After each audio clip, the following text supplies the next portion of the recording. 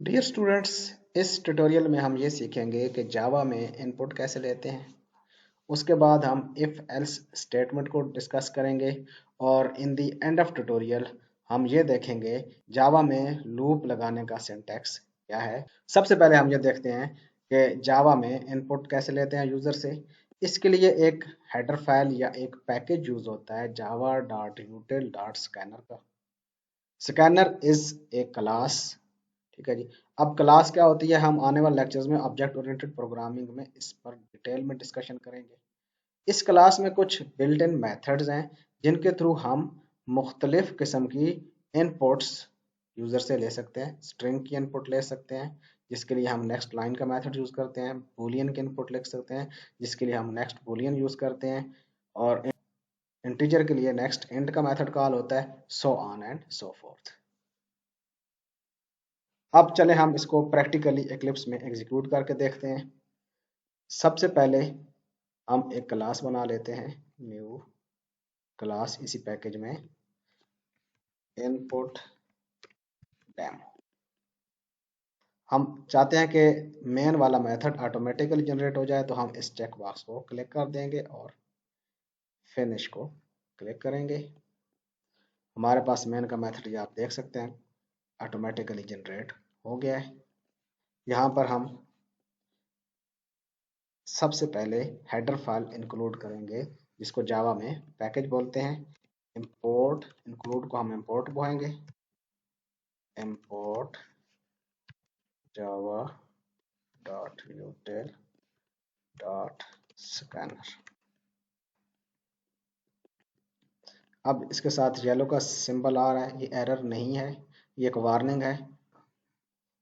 सबसे पहले हमने जिस प्रोग्राम में भी इनपुट लेनी हो तो फर्स्ट लाइन पे हम एक लाइन ये वाली देखेंगे, scanner S C assign to new scanner. दरअसल यहाँ पर हम स्कैनर क्लास का एक ऑब्जेक्ट बना रहे हैं।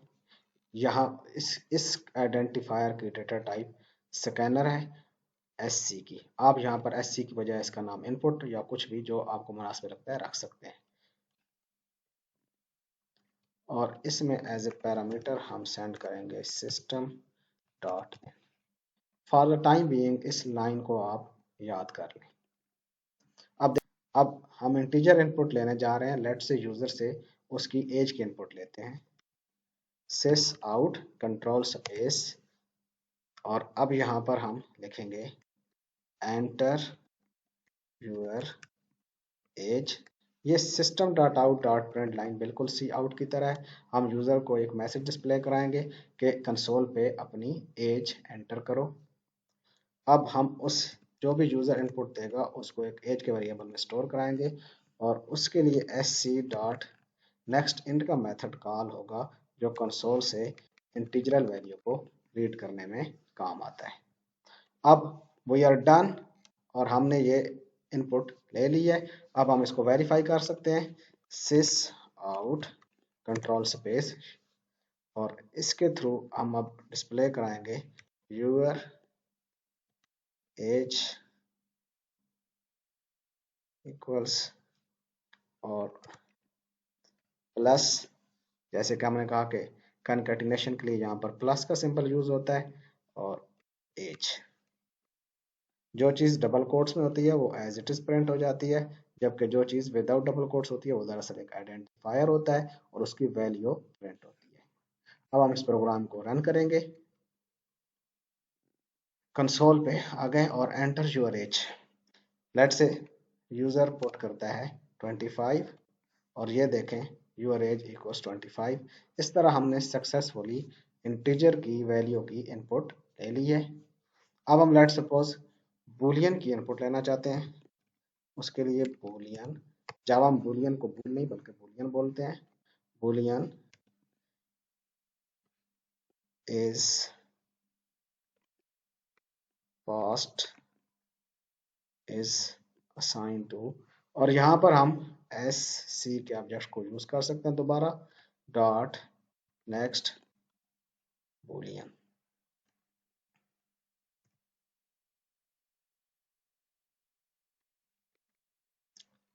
और यूजर से ये वाली इनपुट लेने से पहले हम यहाँ पर सिस आउट का मैसेज लिखेंगे sys out और you passed an pf, और यहाँ पर सॉरी आपने क्या लिखना होगा, नेक्स्ट बूलियन। अब यूजर जो भी वैल्यू देगा वो या ट्रू होनी चाहिए या फॉल्स होनी चाहिए। 1 0 ट्रू फॉल्स या कोई और इनपुट देगा तो उससे एरर आ जाएगा। जो आप इनपुट दे सकते हैं यहाँ पर बूलियन की डेटा टाइप में, वो या तो ट्रू होगी या फॉल्स होगी, इसके अलावा कुछ भी नहीं। sys out your success status is plus, और यहाँ पर हम लिख देंगे इज पास्ट। फिलहाल तो फॉर टाइम बीइंग ट्रू और फॉल्स प्रिंट होगा। जब हम इफ एल्स पढ़ेंगे तो हम इसको कंग्रेचुलेशन का कोई मैसेज भी डिस्प्ले करा सकते हैं। अब हमने प्रोग्राम को रन किया, as as it is as enter की।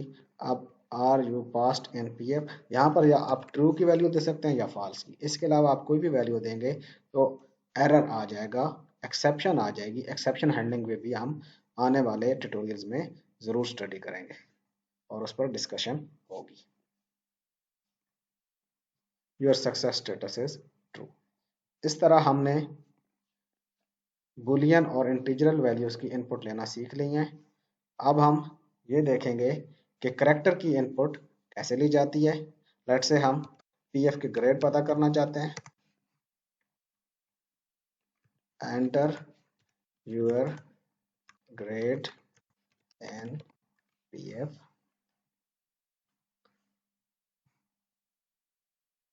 और इसके लिए करैक्टर ग्रेड का वेरिएबल डिक्लेयर किया और उसको इनिशियलाइज किया उस इनपुट से जो यूजर ने कंसोल पे दिया। sc dot next dot 4@0। दरअसल इससे ये मुराद है कि हम पूरी लाइन को रीड कर रहे हैं, पूरे टेक्स्ट को जो यूजर ने इनपुट में दिया है। हो सकता है उसने एक करेक्टर के बजाय मल्टीपल करेक्टर इनपुट में दे दिए हो। तो सबसे पहले हमने ये स्ट्रिंग रीड की, टेक्स्ट रीड किया, और उसके बाद उसके जीरो वाले इंडेक्स में मौजूद करेक्टर को रीड कर लिया, और यहाँ पर हमने सिस आउट लिखा। Your grade is plus GRAD,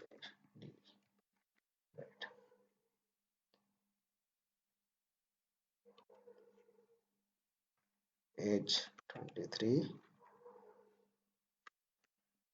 true, और ग्रेड हो सकता है इस बंदे का या, और ग्रेड हो सकता है इनका बी है, तो your grade is B print हो गया। इससे बाद हमने सक्सेसफुली इस कंसोल में मौजूद इस करेक्टर इनपुट को रीड कर लिया। अब करेक्टर एट 0 से मुराद ये है कि फर्स्ट इंडेक्स वाला। इससे क्या मुराद है, हो सकता है यूजर एक पूरी स्ट्रिंग इनपुट में दे दे तो हम जीरो इंडेक्स को रीड करेंगे।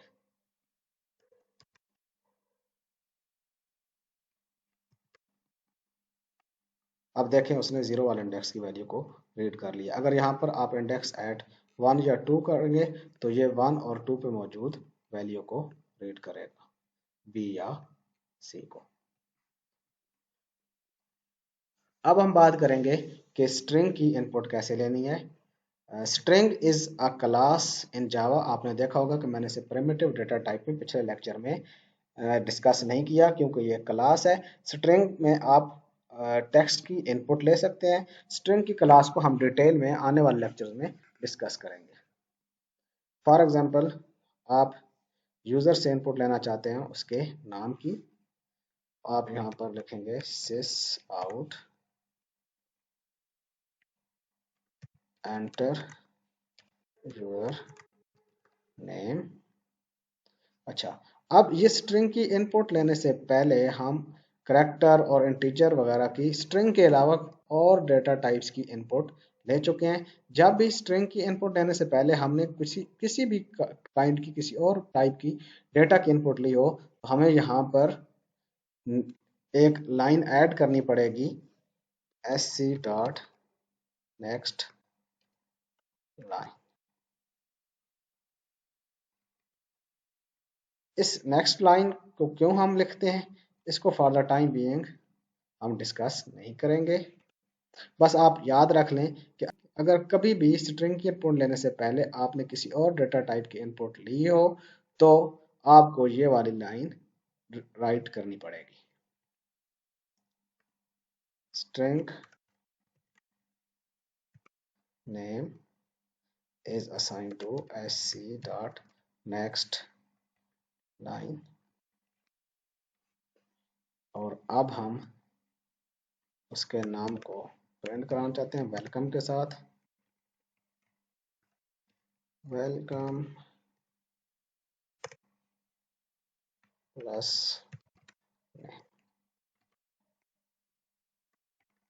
अब इस प्रोग्राम को हम रन करते हैं, एंटर एज 23, ट्रू, और grade in PF A, name Ali, और वेलकम अली डिस्प्ले हो गया।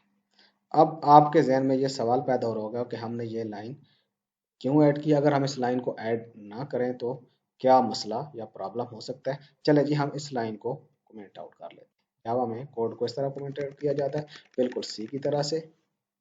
अब हम इसको रन करते हैं, एंटर एज फॉल्स एफ। देखें इसने हमसे इनपुट नेम की नहीं ली है और वेलकम को प्रिंट आउट कर दिया है। तो इस प्रॉब्लम से बचने के लिए हमें स्ट्रिंग की इनपुट लेने से पहले sc डॉट नेक्स्ट लाइन लिखना पड़ेगा, और ये सिर्फ उस सूरत में होगा जब आपने स्ट्रिंग की इनपुट लेने से पहले स्ट्रिंग के अलावा किसी और टाइप के डेटा की इनपुट ली होगी। फॉर एग्जांपल हम इस वाली लाइन को वेरी फर्स्ट लाइन बना देते हैं तो हमें ये मसला नहीं आएगा, आप वेरीफाई कर सकते हैं। अब यहाँ पर हमने sc डॉट नेक्स्ट लाइन इससे पहले नहीं लिखा और डायरेक्ट इसकी इनपुट ले ली है। यहाँ पर हमने अली लिखा, वेलकम अली आ गया, एज आ गई 23, और इसको हमने टू लिखा और पी एफ ग्रेड को डी लिखा, और अब हमारे सामने ये मसला क्रिएट नहीं हुआ। इसके साथ ही हमारा ये सेशन खत्म हुआ कि जावा में इनपुट कैसे लेते हैं। अब डिस्कस करेंगे हम जावा में इफ एल्स को। अच्छा, इफ एल्स स्टेटमेंट आपको डिसीजन लेने में हेल्प आउट करती है। सबसे पहले आपने ये बात याद रखनी है, अगर इफ की में कंडीशन ट्रू हो जाती है तो इफ वाला ब्लॉक एग्जीक्यूट होता है, अदरवाइज एल्स वाला ब्लॉक एग्जीक्यूट हो जाता है। जैसा कि ये आपके सामने हमने एक ब्लॉक लिखा हुआ है, अगर ये वाली कंडीशन ट्रू है तो ये वाला चंक ऑफ कोड एग्जीक्यूट होगा, अदरवाइज ये वाला चंक ऑफ कोड एग्जीक्यूट होगा। लेट्स से हम ये देखना चाहते हैं कि यूजर ने जो नंबर हमें दिया है क्या वो इवन है या ऑड है। आपको पता है मैथमेटिकली इवन उस नंबर को कहते हैं जो दो पर इस तरह डिवाइड हो जाए कि बाकी कुछ ना बचे, यानी जवाब 0 आए। चलें जी हम इनपुट लेते हैं, इंट नंबर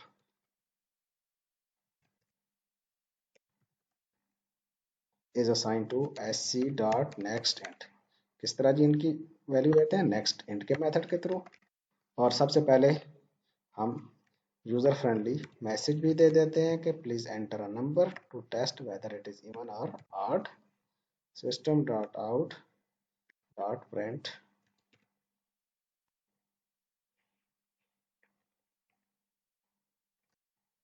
एंटर नंबर। अब जो भी यूजर नंबर देगा वो कंसोल से रीड आउट कर लेंगे हम इस फंक्शन के थ्रू जो कि स्कैनर की क्लास में बिल्ट इन फंक्शन मौजूद है। और ये स्कैनर क्लास में फिर बताता चलूँ, it's like a header file. जिस तरह सी में आप इंक्लूड आयोस्ट्रीम इंक्लूड मैथ कराते थे और उनके बिल्ट इन फंक्शंस को यूज कर देते थे, बिल्कुल इसी तरह आप यहाँ पर इंपोर्ट करते हैं और इस क्लास को हमने इंपोर्ट किया, बिल्ट इन क्लास, और उसके बिल्ट इन मेथड्स को हम यूज कर रहे हैं। यूजर डिफाइंड फंक्शंस भी हम पढ़ेंगे आने वाले लेक्चर्स में। अब हम यहाँ पर लगाएंगे इफ। जावा में इफ का ये सिंटैक्स है, if number remainder two equal to 0, तो हमने क्या मैसेज प्रिंट कराना है, सिस आउट, शॉर्ट की है कंट्रोल स्पेस, और हमने मैसेज ये प्रिंट कराना है कि number is even, otherwise else sys out number is odd. यहाँ पर आपको एक बात बताता चलूं कि ये एल्स का ब्लॉक लिखना जरूरी नहीं होता। अगर आपका नंबर इवन हुआ तो बस यही वाला ब्लॉक एग्जीक्यूट होगा, और अगर इवन ना हुआ तो कुछ भी प्रिंट नहीं होगा। तो ये आपकी प्रोग्राम की रिक्वायरमेंट है कि आपने एल्स लगाना है या लगाना। सिर्फ आपको ये याद दहानी करा रहा हूँ कि इफ के साथ एल्स का ब्लॉक होना जरूरी नहीं है। आपके प्रॉब्लम की नेचर पे डिपेंड करता है कि आपने एल्स लगाना है या नहीं लगाना। अब हम इस प्रोग्राम को रन करेंगे। Enter a number, let's say user enter करता है 12, number is even.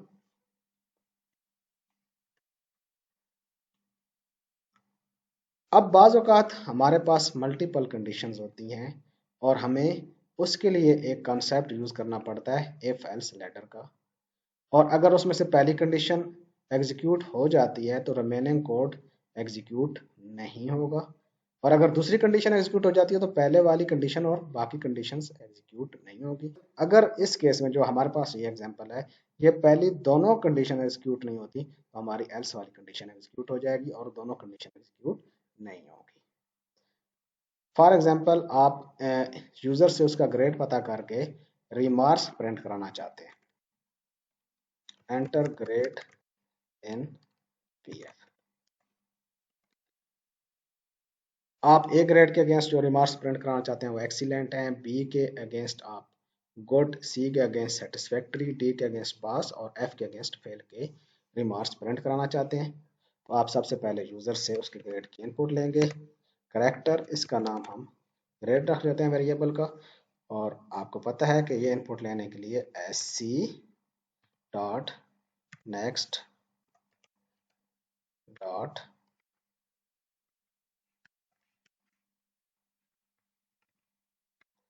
jar at 0। अच्छा जी, एस सी इस ऑब्जेक्ट का नेम है, आप इसकी बजाय कोई भी नाम रख सकते हैं, ये कोई ज़रूरी नहीं है। आप यहाँ पर इनपुट भी रख सकते हैं, बिल्कुल इसी तरह जिस तरह आपने ग्रेड रखा हुआ है। आप ग्रेड के बजाय आप ए बी सी भी लिख सकते थे, लेकिन आपने अपनी आसानी के लिए और ताकि कोई दूसरा बंदा आपका कोड पढ़े तो उसे पता चले कि ये वेरिएबल किस पर्पज से यूजर है, इसलिए आपने उसका यूजर फ्रेंडली नेम रखा है। और हमने भी एस सी और इनपुट, जावा में ज़्यादातर एस सी स्कैनर के साथ लोग यूज़ करते हैं बाय कन्वेंशन, या इनपुट यूज़ करते हैं। अब हमने इनपुट रख लिया तो इनपुट के साथ एक्सेस करेंगे। इसके बाद हम ये चेक करेंगे कि अब ये ग्रेड कौन सा है ताकि हम अप्रोप्रिएट रिमार्क्स प्रिंट करा सकें। तो in case of A grade हम प्रिंट कराएंगे एक्सीलेंट। हम लिखेंगे इफ में grade is equal to, character को कंपेयर कराने के लिए हमारे पास ये सिंगल कोट यूज होता है। करेक्टर के इनपुट के लिए हम सिंगल कोट यूज करते हैं, और इसमें कम से कम एक करेक्टर होता है और ज्यादा से ज्यादा भी एक करेक्टर होता है। Or grade is equal to, user lower case में भी ग्रेड दे सकता है, तो या ये ग्रेड उसने दिया है या ये दिया है। इन दोनों की आरिंग पे ट्रू या फॉल्स रिटर्न होता है। इफ में जितना भी कॉम्प्लेक्स एक्सप्रेशन हो, in the end of day यहाँ पर या ट्रू होता है या फॉल्स होता है। इन केस ऑफ ट्रू ये वाला ब्लॉक एग्जीक्यूट होगा, जो हम ये मैसेज लिख रहे हैं तो ये वाला मैसेज प्रिंट हो जाएगा अगर यूजर का ग्रेड ए हुआ।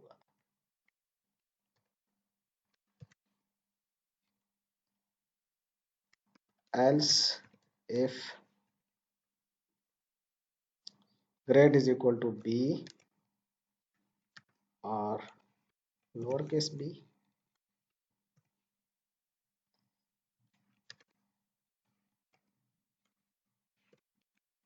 गुड।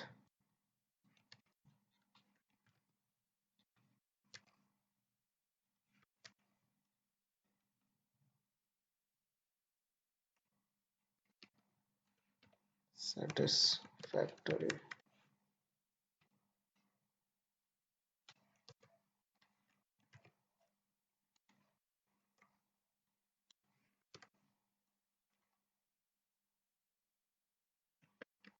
पास।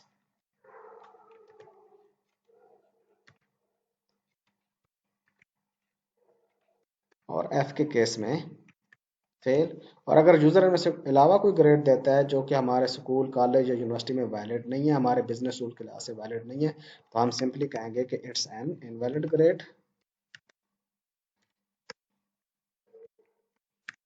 इनवैलिड।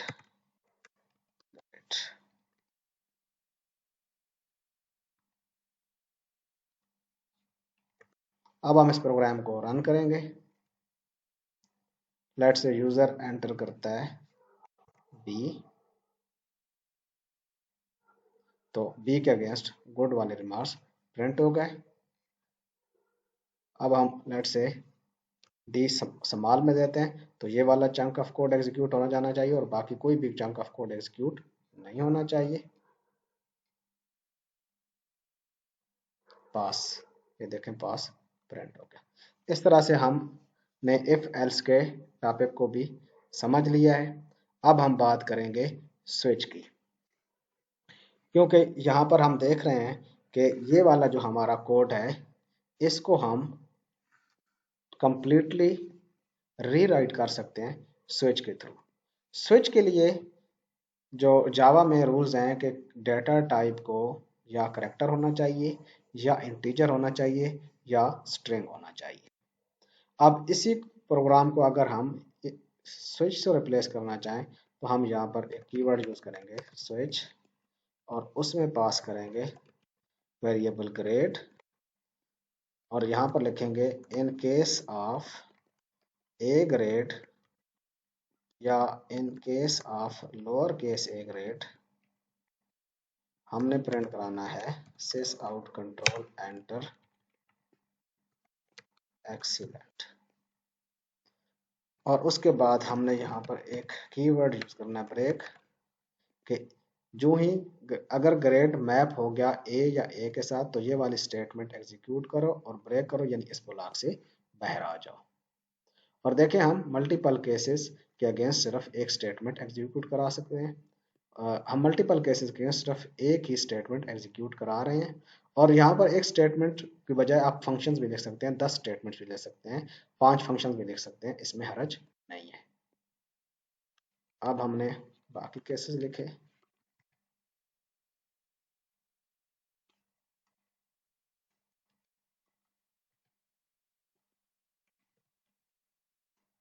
अब चूंकि ये केस लिखे हुए हैं तो ये केस हम डुप्लीकेट नहीं कर सकते स्विच के रूल्स मुताबिक। इसके बाद सी ग्रेड, सी के केस में सेटिस्फैक्ट्री।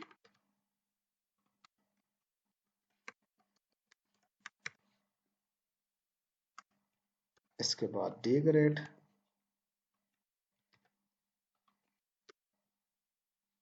पास।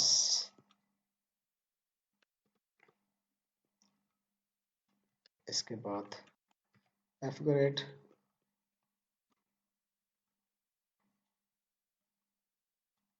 फेल।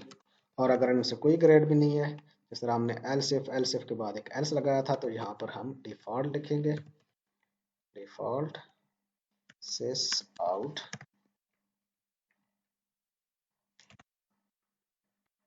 Invalid grade. और इसके बाद ब्रेक लगाने की जरूरत नहीं है, क्योंकि ऑटोमेटिकली इसके बाद हमारे पास एंडिंग ब्रैकेट आ गई और इसके बाद कोड इस ब्रेक से कंट्रोल इस ब्रेक से बाहर आ जाएगा।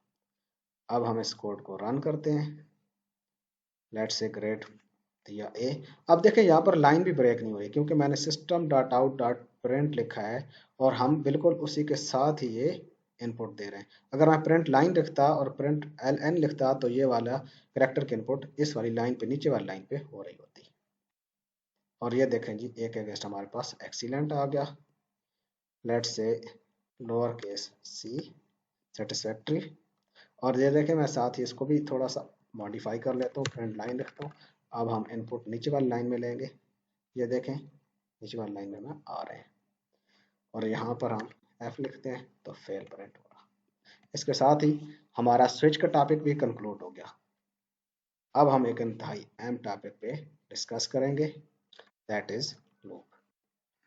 लूप कलेक्शन ऑफ स्टेटमेंट्स होती है जिनको हमने बार बार रिपीट करना होता है। यानी लूप के ब्लॉक के अंदर एक कलेक्शन ऑफ स्टेटमेंट लिखी होती है, मल्टीपल हमने स्टेटमेंट लिखी होती हैं, 5, 10, 3, 4, 10 स्टेटमेंट्स लिखी होती हैं, और वो बार बार रिपीटेडली एग्जीक्यूट होता रहता है वो ब्लॉक ऑफ कोड, यहाँ तक कि हमने एक जो कंडीशन स्पेसिफाई की होती है वो फॉल्स हो जाती है। और लूप बहुत ज़्यादा पावरफुल टेक्निक है और ये बहुत ज़्यादा यूज़ होती है, इसलिए इसका अच्छी तरह से सीखना ज़रूरी है। मैं अभी आपको सबसे पहले फॉर लूप का डेमो दूंगा और उसके बाद उस फॉर को वाइल में कन्वर्ट करना सिखाऊंगा। अब let's say we want to sum first 10 numbers. अच्छा, अगर हम पहले 10 नंबर को जमा कर रहे हैं, 1 से शुरू कर रहे हैं, हमारा स्टार्ट पॉइंट क्या है 1, एंडिंग पॉइंट क्या है 10 है, और बार बार हम एक के बाद उसमें एक का इंक्रीमेंट लगा रहे हैं और एक ही ऑपरेशन यानी प्लस का ऑपरेशन रिपीट कर रहे हैं। इससे मुराद हमारा पैटर्न सेम है। जब भी हम किसी काम को बार बार कर रहे हो और पैटर्न भी सेम रहे तो उस केस में लूप इस्तेमाल होता है। अब सम के रिजल्ट को हम सबसे पहले इनिशियलाइज कर लेते हैं 0 से। ये वो वाली टेक्निक और वो वाला गुर है जो आप हमेशा के लिए याद रख लें कि जब भी आपने सम कराना है तो आप 0 के साथ किसी भी वेरिएबल को इनिशियलाइज करा लें। क्यों? क्योंकि 0 एडिटिव आइडेंटिटी है और ये किसी भी नंबर में अगर जमा की जाए तो इसका कोई साइड इफेक्ट नहीं है। अब फॉर की लूप लगाने के लिए हमें ये वाला सिंटैक्स लिखना पड़ेगा। यहाँ पर हमारे पास 3 प्लेस होल्डर हैं। सबसे पहले एक local variable let's say step is assign to 1, step is less than equal to 10, हमने रुकना 10 पे है, यानी हम इनिशियलाइजेशन कर रहे हैं। स्टार्ट कहाँ से करना है? हमने 1 से करना है। और कब तक हम ये स्टेप परफॉर्म करते रहेंगे? जब तक ये 1 10 के इक्वल ना हो जाए, और उसके बाद हम हर बार स्टेप में एक एक का इंक्रीमेंट करेंगे। अब क्या होगा? Sum is assign to sum plus step. इससे क्या मुराद हुई कि इस वक्त सम में जो भी वैल्यू है उसको ऐड करो स्टेप की वैल्यू के साथ और उसको असाइन कर दो या स्टोर कर दो इस सम वाले वेरिएबल में। अब क्या होगा? पहली दफा जब लूप चलेगी, इनिशियलाइजेशन यहाँ से हुई 1 से, 1 less than equal to 10, yes, तो आपका ये कंट्रोल यहाँ पर इस ब्लॉक के अंदर आ जाएगा। सम में सम के साथ ऐड किया स्टेप को और सम में स्टोर कर दिया। सम में इस वक्त क्या है? 0 प्लस 1, तो स्टोर क्या हो गया? 1। फिर यहाँ पर एंडिंग ब्लॉक से ये वापस आया यहाँ पर और इसने यहाँ पर स्टेप प्लस प्लस किया। प्लस प्लस से मुराद एक का इंक्रीमेंट। अब स्टेप 1 से क्या हो गया? 2। दोबारा चेक किया कि 2 less than equal to 10, yes, तो इस ब्लॉक के अंदर आ गया। अब सम में ऑलरेडी हमारे पास है स्टोर 1, तो सम में जो कुछ भी है उसको 2 के साथ ऐड करो जो हो गया 3, और किसको असाइन कर दो? सम को। और ये इस तरह स्टेप में फिर इंक्रीमेंट होगा, ये 3 हो जाएगा, 3 को चेक किया जाएगा, सो ऑन सो फोर्थ, ये बात 10 तक चली जाएगी। और जो ही वो 11 होगा तो ये वाला ब्लॉक एग्जीक्यूट नहीं होगा। आप इसको वेरीफाई भी कर सकते हैं, सिस आउट स्टेप वैल्यू इक्वल्स यहाँ पर प्लस स्टेप, और आप यहाँ पर देखेंगे कि इस स्टेप की वैल्यू 11 होगी। अब यहाँ पर एक बात आती है स्कोप की। अब ये एरर आ रहा है। वेरिएबल का स्कोप ये होता है कि इस ब्लॉक से बाहर स्टेप को कोई भी नहीं जानता, इसलिए हम इसे यहाँ पर एक्सेस नहीं कर सकते। तो इसका हल क्या है? इसका हल ये है कि आप इंटीजर स्टेप को यहाँ से बाहर इनिशियलाइज कर लें और अब ये वाला मसला हमारा हल हो गया। अब हम सम को कहाँ पे प्रिंट कराएंगे? अगर तो हम सिस आउट यहाँ पर लिखेंगे तो हमारे सम का जो पार्शियल रिजल्ट है वो हर बार प्रिंट होगा और एंड यूजर कंफ्यूज हो जाएगा कि एक्चुअल रिजल्ट क्या है। इसलिए जब एक्चुअल रिजल्ट कंप्लीट हो जाएगा इस लूप के ब्लॉक के बाहर आके हम उसको प्रिंट कराएंगे, जो कि एक्चुअल रिजल्ट होगा, कंप्लीट रिजल्ट होगा, पार्शियल रिजल्ट नहीं होगा। यहाँ पर कई लोग गलती करते हैं कि लूप के अंदर ही सिस आउट लगा देते हैं और वो फिर सोच रहे होते हैं कि ऐसा क्यों हो रहा है कि मेरा ये जो सम है ये बार बार प्रिंट हो रहा है। एक्चुअली आपने ये लूप के अंदर ऐसा काम नहीं करना। आपने जब आपके पास कंक्लूडिंग रिजल्ट आ गया तो उसको लूप के ब्लॉक के बाहर प्रिंट करना है, सिस आउट, और यहाँ पर आप लिखेंगे सम इज प्लस सम। अब हम इस प्रोग्राम को रन करते हैं। देखें जी, सम इज 55 और स्टेप के बारे में बताया कि जो ही वो 11 होगा तो लूप टर्मिनेट हो जाएगी, क्योंकि 11 less than equal to 10 false है और फॉल्स पे ये वाला ब्लॉक खत्म हो गया। अब हमारे पास अकोमोलेटेड सम आ गया। अगर हम यही लाइन इस लूप के अंदर लिखते तो ये मैसेज 10 बार प्रिंट होता। देखें पार्शियल रिजल्ट, अभी सम 1 हो गया, फिर 3 हो गया, 6 हो गया और आखिर में इसने 55 प्रिंट कराया। अब हम पार्शियल रिजल्ट तो प्रिंट कराना नहीं चाहते, हम एक्चुअल रिजल्ट प्रिंट कराना चाहते हैं। इस स्टेटमेंट को हम इस लूप से बाहर लिखें। इस तरह से हमारा फॉर लूप का टॉपिक भी कंक्लूड हो गया। अब बात करते हैं वाइल की। While is very much simple. While में सिर्फ और सिर्फ आपको यह करना पड़ेगा कि उसमें आपको कंडीशन लगानी पड़ेगी। इंक्रीमेंट आपको वाइल की लूप के एंडिंग ब्लॉक से पहले करना पड़ेगा और ये वाली इनिशियलाइजेशन का स्टेप वाइल का जो कीवर्ड है वो यूज करने से पहले करना पड़ेगा। लेट से हम इसी को प्रोग्राम को कन्वर्ट कर रहे हैं वाइल में। And step is assign to 1। अब हमने इसकी इनिशियल वैल्यू वाइल लूप से पहले लिख दी। अब हमने लिखा वाइल की लूप के ब्लॉक के अंदर सिर्फ और सिर्फ हम क्या करेंगे, वाइल की लूप के इस ब्लॉक के अंदर हम सिर्फ और सिर्फ लिखेंगे step less than equal to यानी कंडीशन, और लॉजिक वही रहेगी sum assign to sum plus step, और इस ब्लॉक के एंड से पहले यानी आखिरी स्टेटमेंट हमारी ये होगी स्टेप प्लस प्लस। और दरअसल फॉर में भी ऐसे ही हो रहा होता है, इनिशियलाइजेशन सिर्फ एक बार ही होती है, बार बार इनिशियलाइजेशन नहीं होती और हर आखिरी स्टेप पे आखिरी स्टेटमेंट ये एग्जीक्यूट हो रही होती है। Sys out some is plus सम और हमारे पास सम 55 आ गया। अब बात करते हैं कि अगर हमें यह कहा जाए कि पहले 10 नंबर का प्रोडक्ट कैसे गेट करना है, चलें जिस पे सोचें। मैं आपको कुछ 10 सेकंड सोचने के लिए दे रहा हूं।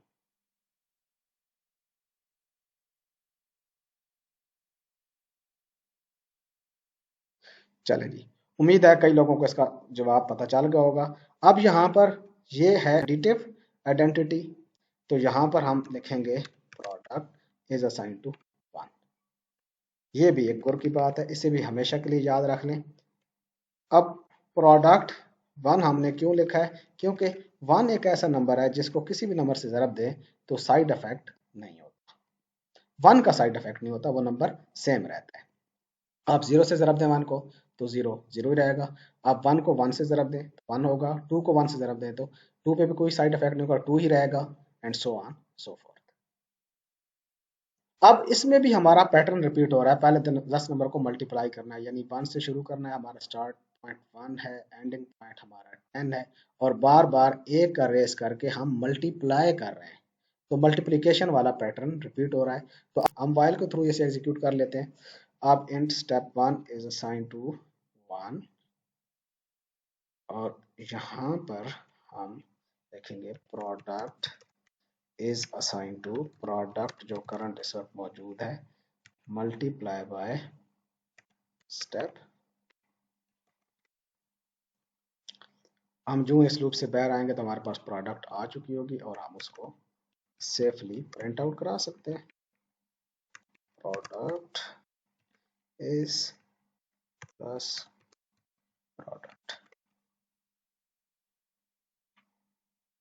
ये लीजिए हमारे पास ये इसकी प्रोडक्ट का रिजल्ट आ गया है। इसके साथ ही हमारा ये लेक्चर खत्म हुआ। Stay blessed.